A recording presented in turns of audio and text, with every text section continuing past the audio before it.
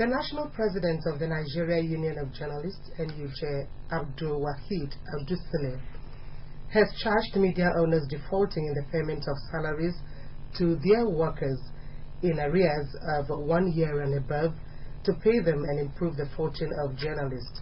Addressing stakeholders in the media industry and journalists who gathered at the inaugural NUJ National Media Summit in Abeokuta, Mr. Adusile drew the attention of government and the public to the dangers of a sad development posed to the society. Uruaikon was at the summit and came back with the following report.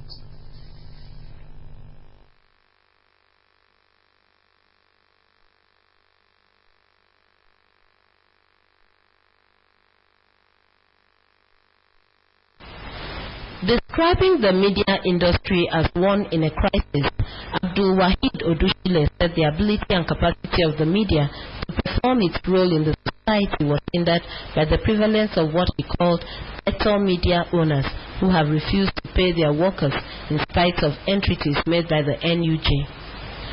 The journalist not paid by September for months is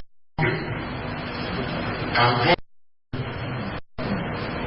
open corruption, and therefore is a danger to the NUJ president is the hostile operating environment following the recent federal government policy on government advertising, which is compounding matters. The government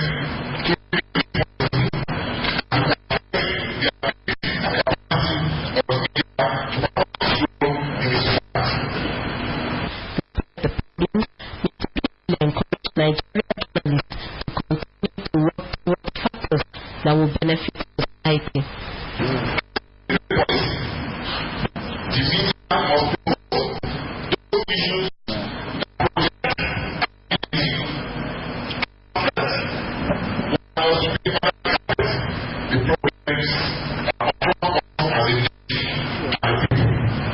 representatives of governors and ministers presented messages of goodwill to boost the morale of members of the Fourth Estate of the realm.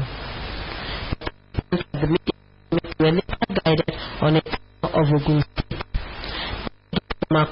An 11 Ogun Senatorial District regarded as the industrial hub of Ogun State. Among the road from Ilu Awla, Igamode, and Osiko Otun Road. Commitment to local government and chieftaincy affairs Ojukwu. The journalist visited the mall in Ota under construction before making their observations. I feel happy that the state governor has the conscience to serve. Leadership is all about service. He was elected for a purpose, and he has taken this very seriously, which is a reflection of the projects we've seen. We have seen the road network, especially areas that the road were terribly bad. And today they are not just accessible, but very wide, one carriageway. And we have seen also this project. I must say kudos to the governor of this state. I was here in 2014 for the Nawoj 25th anniversary, and between then and now I can really say that transformation is really taking place. It will social welfare to reporting. You're watching AKBC 45 News. We like to apologize to you that there was a wrong insect that followed the story we brought in this bulletin earlier. The story was that 150 indigenes of the state are sent to undergo training in engineering and information and communications technology. The training, which is part of the launching of the Dakada Support Initiative, according to the Senior Special Assistant to the Governor on Marketing and Branch Management, Mr. Sam Edogo, is a testimony of the present administration's commitment to reducing unemployment, creating wealth, and growing the economy of the state. We do promise that the correct insect following that story will be brought to you in a subsequent bulletin. Thanks for understanding with us. We'll take a break. We have more reports for you after this time out. Just stay on with us. has moved beyond a mere cultivation and harvesting of crops for consumption. Governor Udom Emmanuel has built in the necessary technicalities that will take agriculture to the next level in Akwa Ibom. Are you a farmer or you intend to go into large-scale agriculture? Tune into Unveiling the Mandate on AKBC Channel 45. Saturday, 27 August 2016 by 11 a.m. The chairman, Akwa Ibom State Technical Committee on Agriculture and Food Sufficiency, Professor Idorudo, will unveil ongoing government plans to make agriculture a business venture. For participation and comments, SMS only to 081 6392 9018. Welcome back.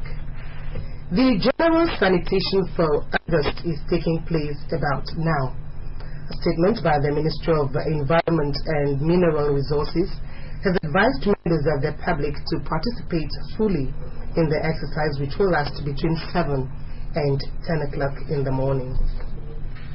President Muhammadu Buhari departs Nigeria for Kenya, billed to attend a 2-day summit on African development. Italian government declares state of emergency in areas worst hit by earthquake as help for more survivors deems. Stay with Samuel Ayara for details of these and more on national and international segments.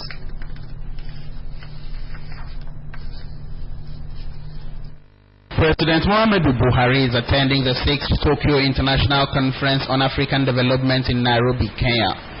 The 2-day summit in Kenya, co-organized by the government of Japan and the United Nations Office of the Special Advisor on Africa and the World Bank, will focus on promoting structural economic transformation through diversification and industrialization, reliable health system and social stability for shared prosperity.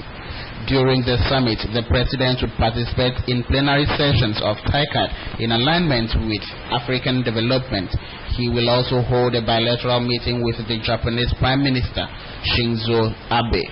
This is the first time the summit is being held in Africa, and no fewer than 35 African leaders alongside leading private sector companies from Japan are expected to attend.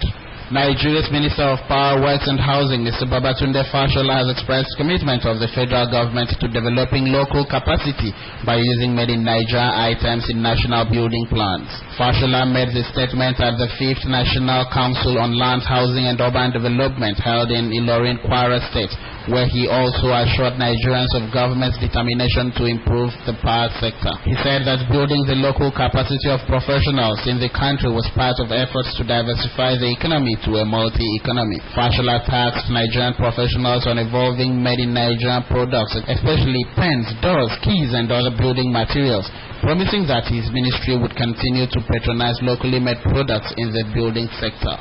And on the foreign scene, Italy has declared a state of emergency in the regions worst hit by Wednesday's earthquake as hopes of finding more survivors fade.